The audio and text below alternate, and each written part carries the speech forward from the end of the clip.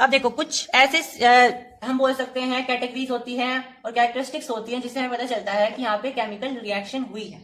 ठीक है, ऐसे बहुत सारे होते हैं। जैसे कि हम बोल सकते हैं हमने कोई दो सब्सटेंस मिलाए थे और उसे मिला करके पहले तो कोई और रंग था या कलरलेस थे और अब दूसरा कलर हो गया है, ग्रीन हो गया है या वायलेट हो गया है, जो भी। ठीक है, तो इस तरीके के कुछ चेंजेस होते हैं, जैसे टेम्परेचर का बढ़ जाना, कलर का चेंज हो जाना। ठीक है, और प्रेसिपिटेट का बन जाना नीचे, हीट का लिबरेट हो जाना, दैट इज ऑल टेम्परेचर। ठीक है, क्लियर। और साथ में हम बोल सकते हैं कुछ बबल्स निकल जाना या कुछ ऐसे लिबरेशंस निकल जाना, राइट। ये सारी चीजें होती हैं।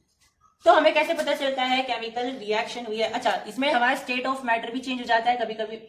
तो हम बोलते हैं कि स्टेट ऑफ मैटर तो फिजिकल चेंज में भी होता है, फिजिकल रिएक्शन में भी होता है और केमिकल रिएक्शन में भी होता है। तो अब हम कैसे पता करेंगे कि ये जो स्टेट ऑफ मैटर हुआ है ये कौन से रिएक्शन में हुआ है, whether it is in chemical reaction और फिजिकल रिएक्शन।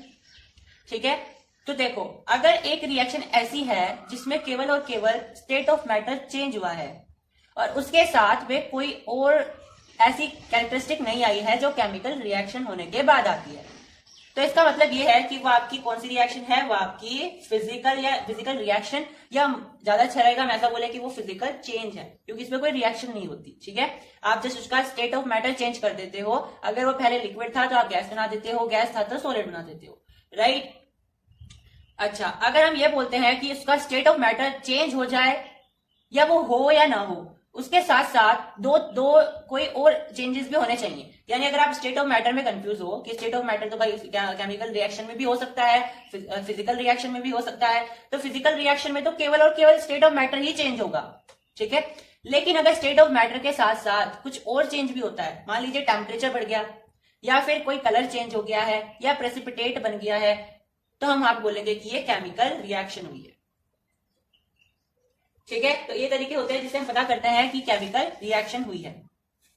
ये तो थे जब हम स्टेट ऑफ मैटर में कंफ्यूज हो जाए।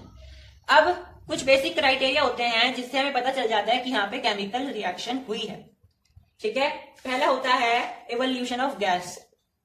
ठीक है, इवोल्यूशन ऑफ गैस, गैस का उत्पन्न हो जाना, गैस का लिबरेट हो जाना। ठीक है, यहाँ पे हम देखो H2 लिबरेशन वाले जो प्रोसेस होता है वो चैप्टर नंबर 2 में पढ़ेंगे, पर ये आपको ध्यान रखना है कि जो भी कोई ऐसी रिएक्शन होती है रिएक्शन होती है ऐसी जिसमें आपकी गैस लिबरेट हो जाती है, गैस निकलती है बाद में, फिर उनका टेस्ट भी किया जाता है। ठीक है, तो उनका टेस्ट भी सिखाया जाएगा। तो क्या होता है उनका टेस्ट? CO2 को अगर आपको चेक करना है तो आप कैसे करते हो? CO2 को चेक करने के लिए आपको लाइम वाटर चाहिए होता है। ठीक है, आपको नहीं पता है कौन सी गैस आपको टेस्ट करना है, तो आप इसका टेस्ट कैसे करोगे? आप इसको लाइम वाटर से पास कराओ, अगर लाइम वाटर मिल्की हो जाता है तो ये CO2 गैस ही है। H2 गैस यानी कि हाइड्रोजन गैस कैसी होती है? हाइड्रोजन गैस को जब आप एकदम से स्प्लिंटर के पास लेकर के आते हो, यानी कि आग के पास लेकर के आते हो, तो एक कैसी आवाज के साथ एकदम से बर्स्ट होता है? पॉप अप साउंड के साथ। और अगर हम बात करते हैं ऑक्सीजन की, अच्छा, कार्बन डाइऑक्साइड का यूज ऐसे भी हो सकता है, आप कैंडल को लीजिए वो बुझ जाएगी। ठीक है, और ऑक्सीजन का कैसे होगा? अगर आप कैंडल को वहां पे ले जाते हो ऑक्सीजन के पास तो आग बिल्कुल भड़क जाएगी। ठीक है, तो ऑक्सीजन क्या करती है? आग को और भी ज्यादा बढ़ा देती है। Increase fire intensity, clear. और एक होती है हमारी SO2, अगर हमें इसका टेस्ट करना है तो SO2 हम थर्ड चैप्टर में पढ़ते हैं, ये एक एसिड गैस है, एसिडिक गैस है। ठीक है, तो क्योंकि ये एसिडिक गैस है तो हम इसका उन मेथड से पता कर सकते हैं जिनसे हम एसिड का यूज करते हैं, यानी कि हम इसका पीएच भी निकाल करके पता कर सकते हैं कि ये कौन सी, अगर इसका पीएच एसिड वाले उसमें कॉर्नर में आता है तो इसका मतलब ये एसिडिक गैस। ठीक है, तो इसका टेस्ट ऐसे हो गया, यानी कि ये सल्फर डाइऑक्साइड गैस है। या फिर आप इसका यूज KMnO4 में भी इसका यूज कर सकते हैं, उसमें मिला करके, तो कलर चेंज हो जाता है, ऑरेंज से ग्रीन हो जाता है, ऑरेंज से ग्रीन हो जाता है। ठीक है, तो ये कुछ गैसेस थे जिसे हम पता कर सकते हैं। ये तो था आपका पहला कैरेक्टरिस्टिक जिससे हम पता कर सकते हैं कि रिएक्शन हुई है या नहीं। दूसरा होता है आपका फॉर्मेशन ऑफ प्रेसिपिटेट। जब भी गैस निकलती है रिएक्शन में तो आप ऐसे डिनोट करते हो। ठीक है, और जब भी आपका प्रेसिपिटेट बनता है, प्रेसिपिटेट, तो या तो आप PPT लिख दो वहां पर, या फिर आप उसको ऐसे डिनोट करते हो, क्योंकि ये नीचे रह जाता है रिएक्शन के, तो इसलिए इसे यहां रखते हैं, और गैस उड़ जाती है तो इसे यहां से रखते हैं। ठीक है, चलो, तो प्रेसिपिटेट का मतलब होता है जब हमने एक रिएक्शन करी, उसके बाद रिएक्शन के बाद कुछ आपके पास इनसोल्यूबल मैटर रह जाता है नीचे की तरफ, उसे बोलते हैं प्रेसिपिटेट। ठीक है।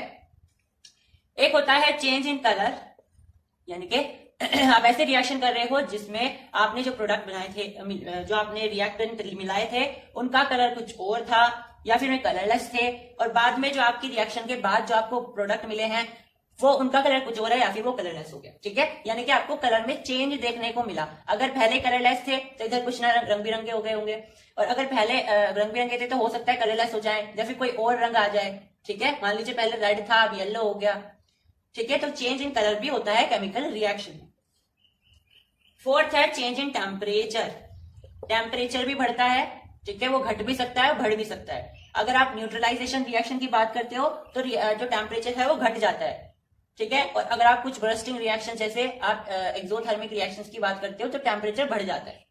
ठीक है, क्या होती है एक्सोथर्मिक रिएक्शंस, वो हम इसी चैप्टर में देखने वाले हैं।